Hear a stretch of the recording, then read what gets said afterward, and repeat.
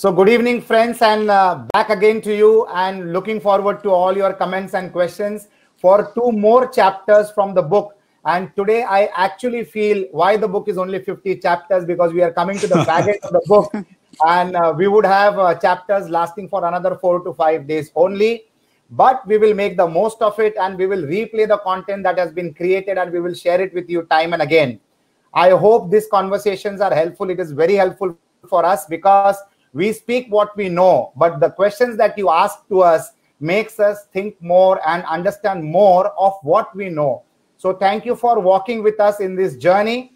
And the two chapters of the book today to be discussed, I will request Geeta Nagu to announce those chapters, and my friend Nagu Chidambaram, myself, and Geeta Nagu will definitely do what we do every day, try to answer your questions together collectively. So Geeta, what are the topics for the day today? Today we are going to discuss about the useful ideas which we are going to implement, we can say after the lockdown and post-COVID, and how we are going to, the second chapter we are going to discuss today is how we are going to communicate with our customers during this period, post-COVID, and it's all about that. Fantastic. So very interesting topics.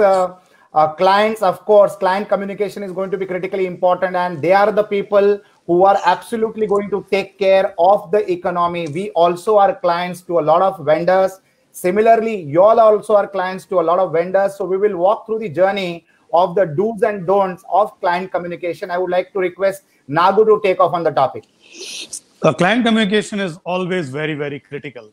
And I would say client communication comes from the attitude with which the organization decides to have a particular level of client satisfaction. So it's a definite choice that any organization worth the name will have to do before it even initiates the product design and moves forward, because it's perpetually client, client, and only client. So when you look at client communication, it's an attitude, as I said, and the attitude is, are you trying to say that you will meet the expectations of the client? This you can call as the first sector of people. The second sector of entrepreneurs will be looking at exceeding client satisfaction. So when you say that I'm going to be looking towards exceeding client satisfaction, you start planning your communication in accordance. And the third will be where you say, I'm going to create a wow factor. It's like a customer delight. That's what you're looking at. And if that's what it is, you will start scaling up your communication in accordance. It's basically what and how you feel the client is. And at St. Angelo's VNCT Ventures, as an example, if I should say, we firmly believe that client is king. Our slogan itself, our vision itself is client is king and quality is everything. When you say client is king, you really mean it to the T, to every letter of the word of the sentence. And it's not just you, it's your entire organization who lives, breathes, talks, understands for only the client. And therefore, the communication to the client. And I will say, before I let this topic go to Rajesh or to Geeta, I would just say client communication is all about 3 C's. It's consistency, consistency, and consistency. Fantastic. Absolutely, that is so awesome. Consistency is definitely the key word. I would like to add a few more C's to that. The client will expect for care. The client will expect to be communicated to. The client will expect to be connected to. And the client will expect clarity from our side in the terms of steps that we are taking in this COVID-19 scenario. Vienna Sequeira, what is the best mode of client communication when personal visits to client premises is not possible? Vienna, it's very interesting. Today, you have got Zoom calls, you have got Facebook Live, you have got so many methodologies of how you can reach your client. Connectivity is most important. Communication is most important. What do I expect from my vendor who's serving me as a client?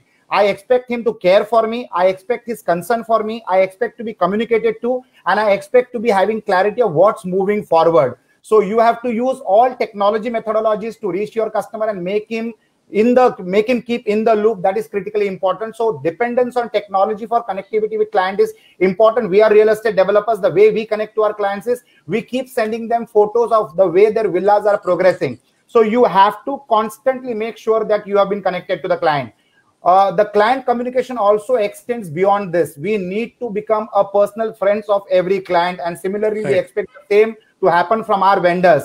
The relationship that we build with our clients is not restricted only to the financial transaction or the product delivery that is supposed to be happening, but it goes beyond that, and we have to take care of each other's needs on how I can address to the issues a client is facing. It might be out of the scope of the business that we have done, but the bonding and the relationship is critically important. Friends, the most important asset of any organization is their clients, and that is what needs to be focused on, especially during times of COVID-19. Your take on that, Geeta?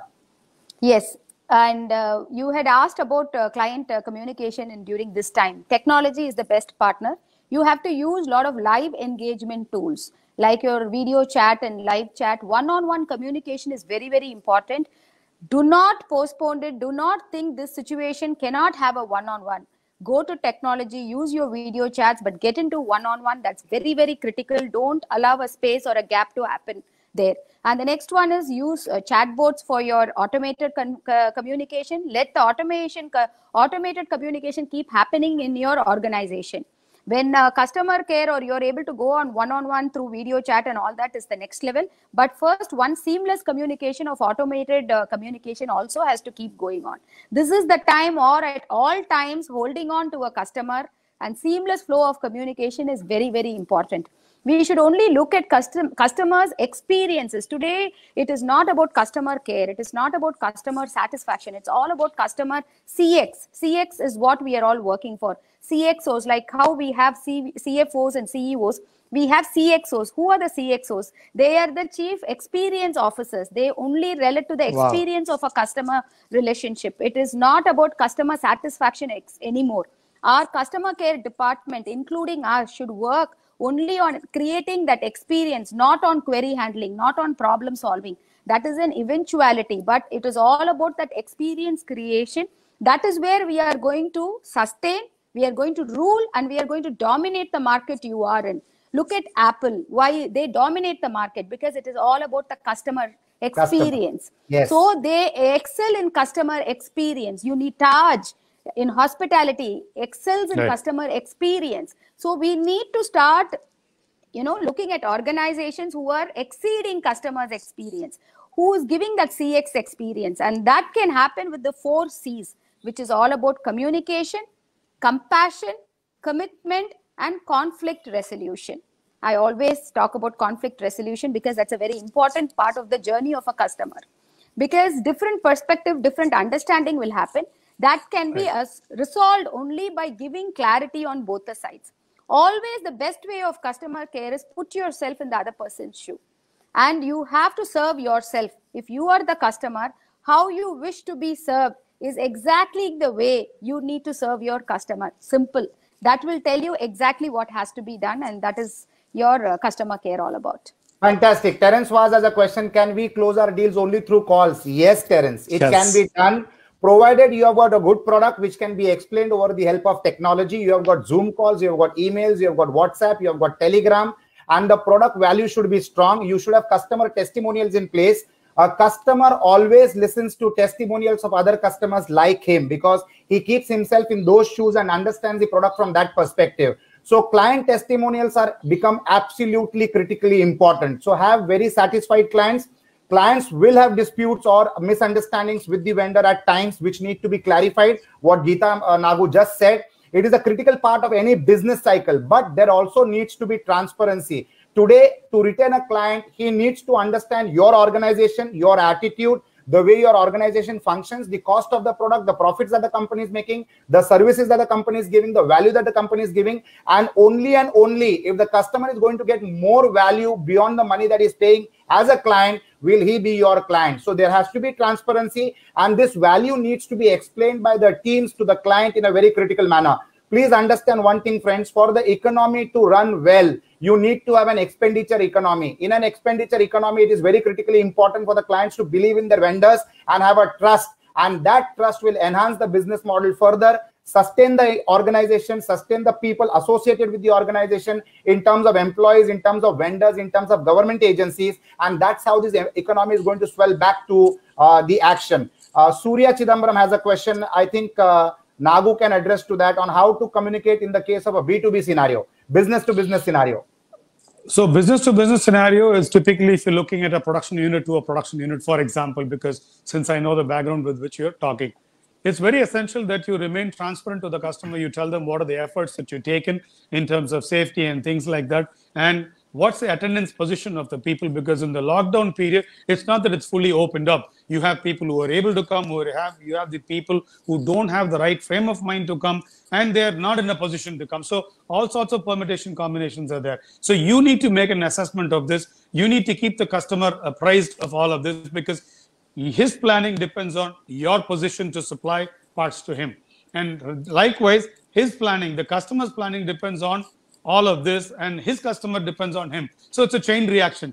It's very critical. It's not a question of what will the client think of you if you had to tell him, hey, out of 500 people, we got only 350 on the floor. That's not a problem at all. But to tell him that you have 350 when you have 350 is very, very important, because he will know how to calibrate the situation. So basically, remain transparent. 1. 2, tell them how you are proposing to ramp up, because nobody expects an ideal situation today, but they definitely expect to see a ramp up with you, which means, is your attitude in place or isn't it in place? Because that's a big situation, a big question mark. People have been behind 40, 45 days. And it's not a question of just 40, 45 days. They have not been doing what they've been regularly doing for 10, 20, 30, 40 years for 40, 45 days. It's become a practice. So then that motivation level also needs to be in place. So once you know the ramp up point, you'll also have to keep the customer appraised on your raw material situation and the situation of your suppliers and sub-suppliers. So all of this put together like this, if you start looking at what would I want to know, and if you can keep your customer informed about all of it, what you will want to know, then you are addressing the client requirement before he wants to know it. I think this should cement it. Fantastic. Thank you, Nagu. Rudolph Pereira has a question. Can you give tips about communication causing or leading to retention of customers? Yes, Rudolph. Transparency, like I said, is critically important. Keeping the client updated is critically important. And now onwards, we should also explain the supply chain management of the production that we are doing, or the construction that we are doing, or any other business that we are doing, the trading that we are doing.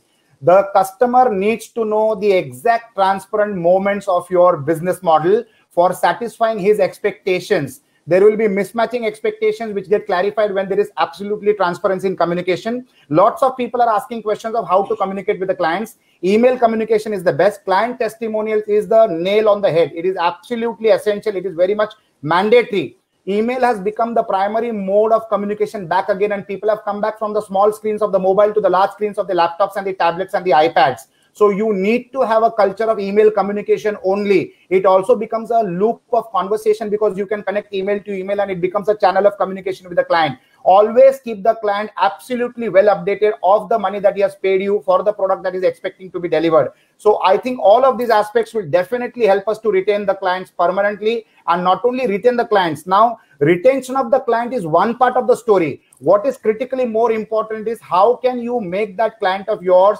refer you to his circle of trust, so that you can have more customers through a customer. For that, you have to really deliver the value that you promise, or rather over deliver the value that he has paid for, and he becomes a brand ambassador for you. Your take on that, Geeta? The most important aspect of a customer relationship today at all times is dependability. You need to be extremely reliable.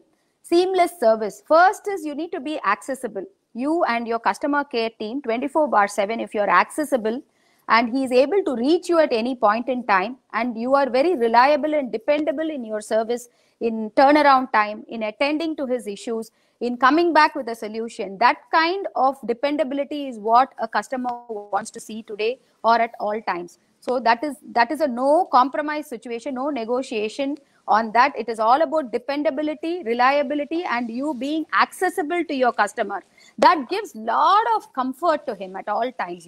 Once he knows that you are accessible, you are going to be transparent. You are going to say yes as a no, yes and a no as a no.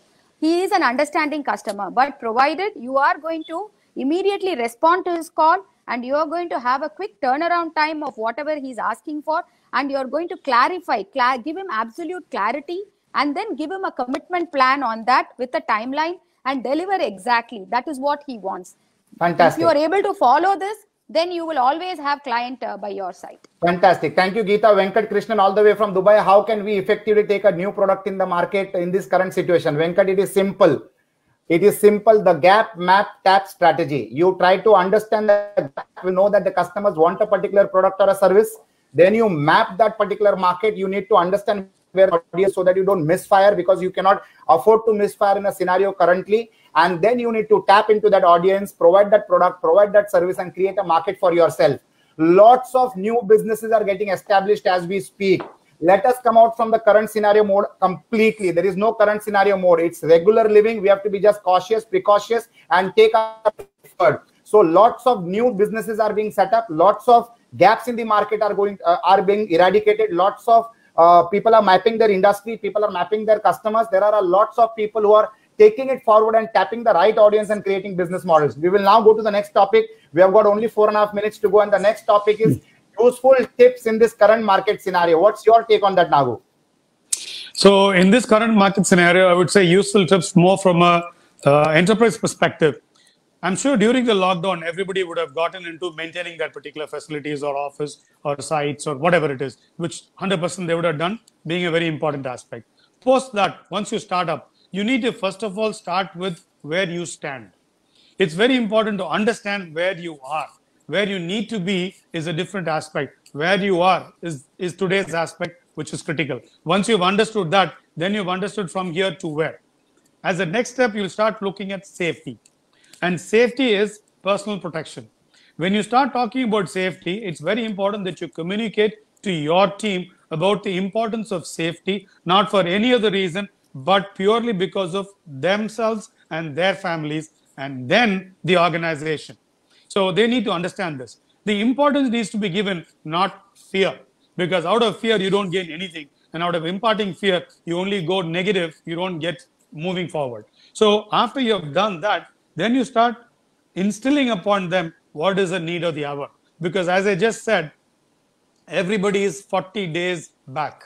It's not 40 days, it's years behind they have gone, because either they've gone into a very sleepy mode or a lazy mode, if I can call it. They've gotten out of their regular running shoes mode, as basic as that. So we need to get them back excited. So we need to talk about what the client expectations are. And based on that, you need to either talk, push, do whatever to unsettle them, to understand the new normal, which is going to be aggression. And that aggression has to be pushed so much that it becomes somebody's nature, because that's the only way forward. And this is how I would look at a preparedness in today's situation. Fantastic, Nagu. Thank you so much. Monisha, Umesh, what are the new ideas to enhance our growth in current scenario? Monisha, you have to find a needle in a haystack today. If you are able to map your target audience, then it's a song, because always for a product, there is a customer. And the challenge is how to find that customer in the shortest possible time. You might either burn out by delaying your time, or you might become very intelligent in tapping him instantly and multiplying your sales flow. So it is very critically to have the mapping of the audience very importantly well. At the same time, we should also have relationship with our existing customers to give us more customers. In a market when it becomes a little slow, like it is currently, as the scenario is of the COVID-19 scenario, the best brand ambassadors for you is a referral case from a customer. We all need to understand one aspect in life. Whatever business we are into, irrespective of the product or the service that we provide to the market, we are all in the hospitality business. We are all in the hospitality sector, and our job does not end on doing the sale. Our job starts when the sale has happened.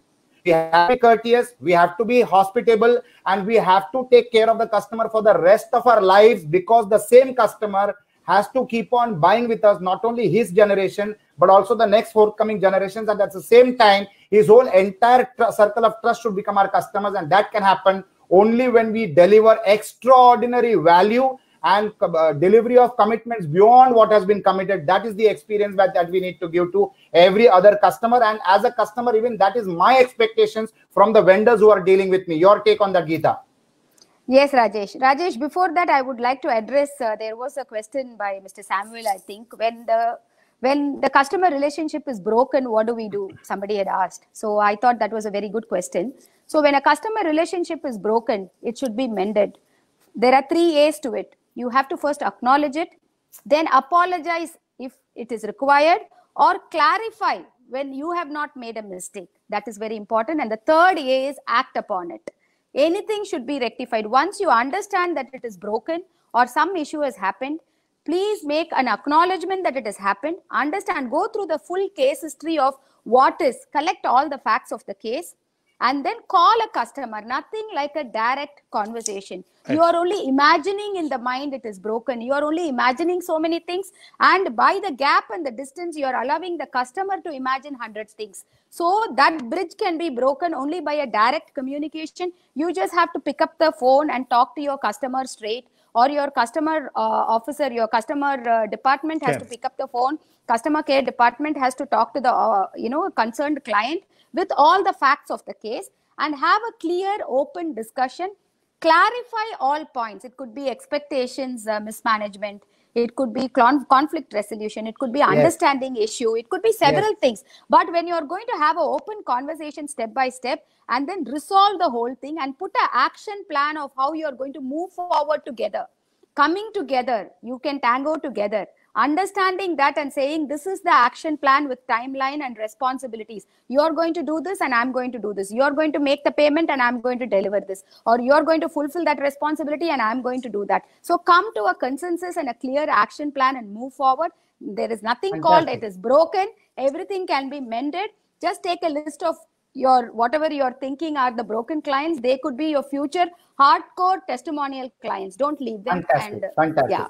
Fantastic. Thank you, Geeta. Ashwin Devalia, this is the last question. In today's time, as customers are having too much of mental and other pressures, how can we better communicate with them in the current situation? So, Ashwin, my suggestion to you is that many a times the client doesn't have a pressure. We assume and presume and predict that the client is under a pressure. We need to release their pressure by giving them reality check of how things are improving. The government is supporting. All the entrepreneurs are working together. All the people are collectively supporting each other. The ecosystem is flourishing and we are going to have a new world order. So please take out this thought from your mind. Automatically, it is contagious. It is not only corona which is contagious. Even negative thoughts are contagious. They also get transferred to the other person that you are connected with. So first and foremost, we need to think that the world around us is perfect. The world around us is positive. I am positive. I'll also make the other person positive. So you are going to be responsible to make sure that any person who comes across to you, if you feel that he's in slight pressure, I think we have got some 20 videos that we have done 20 minutes every day. There is a playlist. You can forward that to him and his pressure will be running away. Absolutely. And his stress will be de-stressed. This is a collectively living world. Let us combine our resources together and make this place a happy world and a happy place to live, work, and grow together. Signing off, this is Agnello Rajesh. Have a God-blessed evening. Thank you so much. Yes, lockdown is over and we are all going to be out there and life is so easy. Life is beautiful. Just 2 P's, which is precaution and positivity. Just practice this all the time. As Rajesh was saying, it is extremely positive now. Just practice positivity all the time. Signing off and see you tomorrow. Geeta Nago. See you all tomorrow at 4:15. This is Nago Chidambaram, and just remember, India is booming.